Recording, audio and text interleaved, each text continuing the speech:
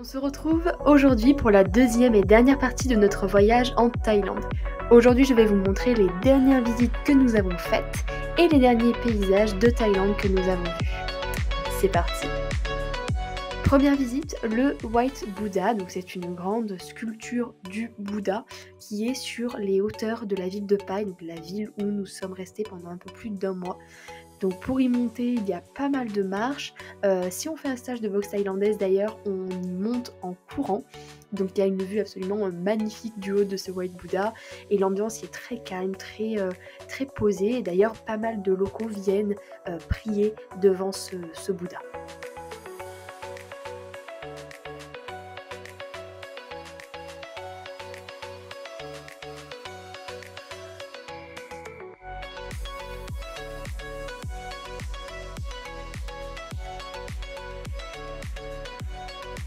Puis on prend la route en direction d'une grotte qui est un petit peu éloignée de la ville de Pai. Donc là on est sur la route en direction de la grotte qui est à je crois 30 km de Pai. Je vous mettrai le nom de la grotte juste en dessous. Donc là on a fait à peu près 25 minutes de scooter, il nous en reste encore pas mal. Mais en tout cas une chose qui est super, c'est que le paysage tout le long de la route est magnifique. Je vous montre ça juste après. Après voilà, c'est une route qui est assez, comment on pourrait dire, c'est plein de virages quoi. Et la conduite thaïlandaise associée à ça fait que, voilà, on serre un peu les fesses comme on dit. Mais voilà, bon allez, on reprend la route.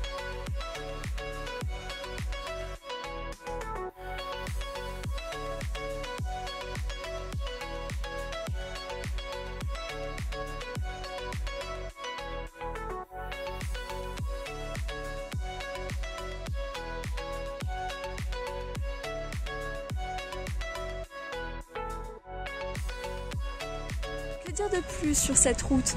Beaucoup de panneaux, attention, warning, des panneaux de signalisation de piétons, les flèches de partout, encore plus signalisés, je veux dire, que quand on va dans les montagnes françaises, voilà, tout simplement. Il y a également les numéros d'urgence, donc j'avoue que c'est pas très rassurant. La conduite est très particulière en Thaïlande. Dans les montagnes vous trouvez surtout des gros 4x4 et des bus touristiques qui parfois comme en France roulent un peu au milieu des deux voies. Donc voilà, il faut être un minimum confiant et un minimum de connaissances sur la maîtrise d'un deux roues quoi. Voilà.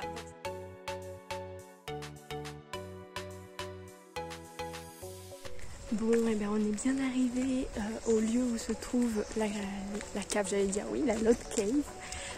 On est avec notre guide, donc là on marche vers l'entrée de la grotte. Voilà.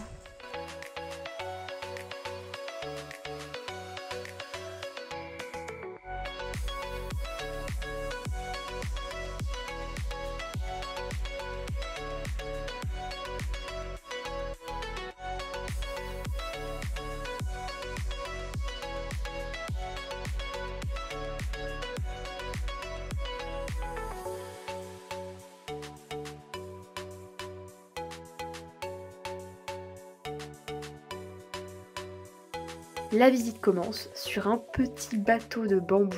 L'ambiance est très originale, on ne sait pas vraiment dans quoi on se lance, ni à quoi s'attendre, et c'est ce qui rend justement la visite très sympa.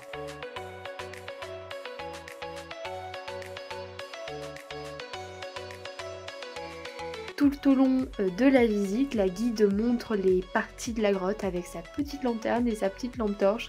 On baisse la tête pour passer sous les stalactites, donc c'est vraiment très authentique comme visite.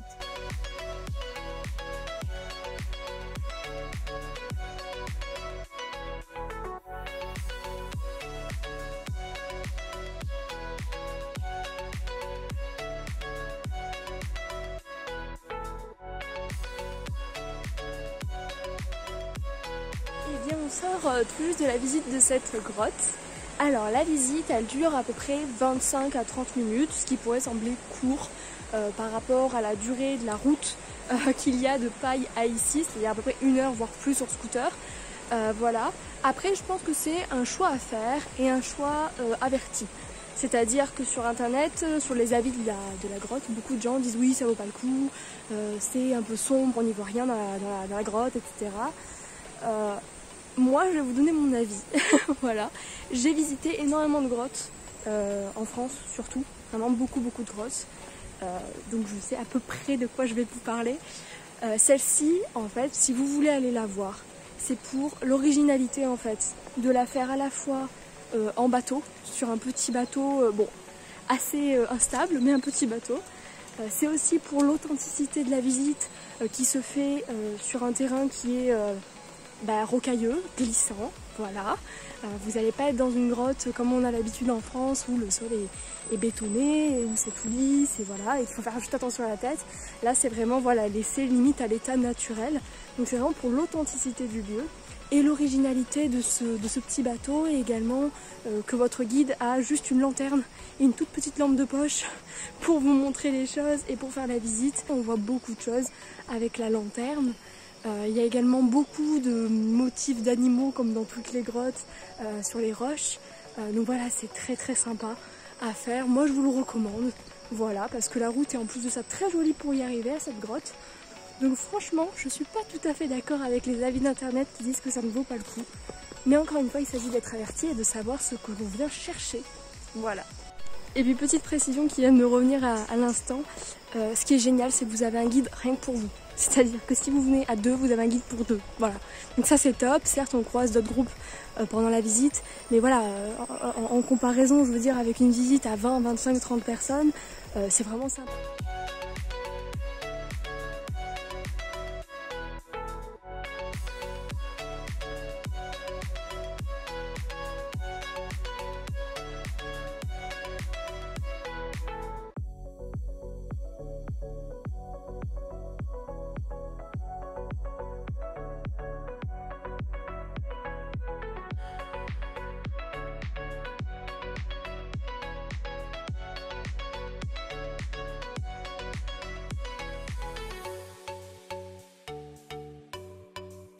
C'est un peu le Uber Eats thaïlandais.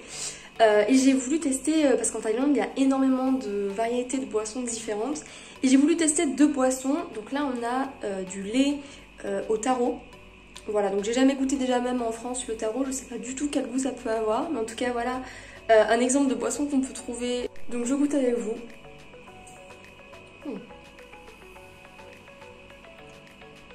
Ouf. Ah, c'est très particulier. Alors je sais pas si ça a le même goût le taro qu'on peut trouver en France en le commandant ou je ne sais pas. Mais là ça a un goût un peu de noisette. Un goût voilà de fruits à coque. Donc il y a le goût du lait mais qui est assez discret au final. Mais ça a vraiment... Oui c'est ça.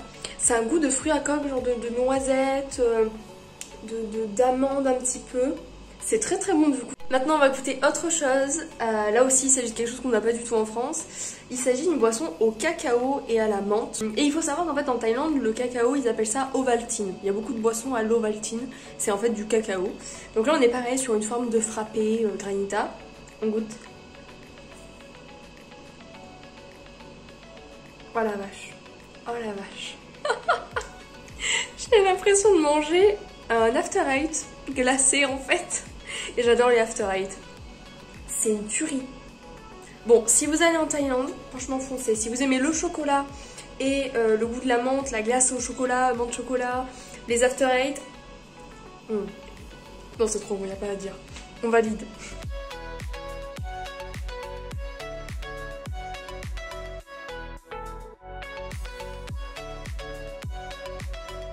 Bon, on vient tout juste de sortir de notre premier massage en Thaïlande. On vous expliquera notre expérience une fois posée et remis nos émotions. En tout cas, c'est un endroit que je vous conseille beaucoup. C'est ici qu'on a fait notre massage thaïlandais. Nous avons fait le Nuad Plak Kob. Je vous écrirai le nom et je vous en parle plus calmement tout à l'heure. Bon, et bien voilà notre nouveau logement pour la fin de notre séjour en Thaïlande. Donc pour la petite histoire, en fait, on a rallongé notre durée de séjour à l'immigration. Et du coup, en fait, comme on avait réservé seulement pour 1 mois l'autre logement, on a dû trouver un logement pour la fin du séjour, donc 1 semaine. Voilà, donc là c'est la partie toilette. Alors c'est très étroit, j'ai un peu du mal à passer. Voilà, donc la partie salle de bain, toilette. Et puis là, hop, la partie douche. Alors c'est un petit peu sombre parce qu'en fait c'est une extension à l'extérieur du logement. Voilà.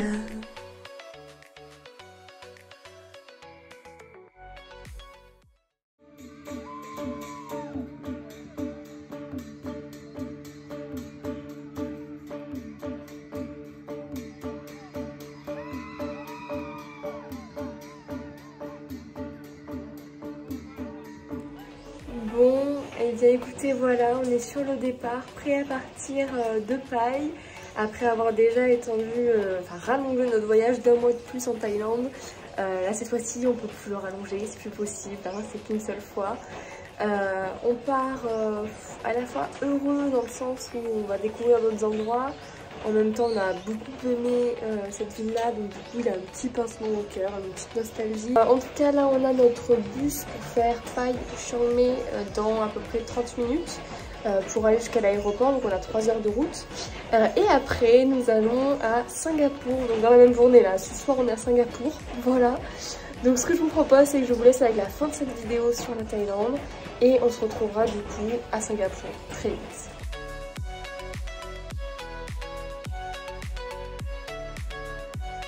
On est arrivé à Chiang Mai, là on a à peu près une vingtaine de minutes de route pour arriver à l'aéroport et prendre l'avion direction Singapour.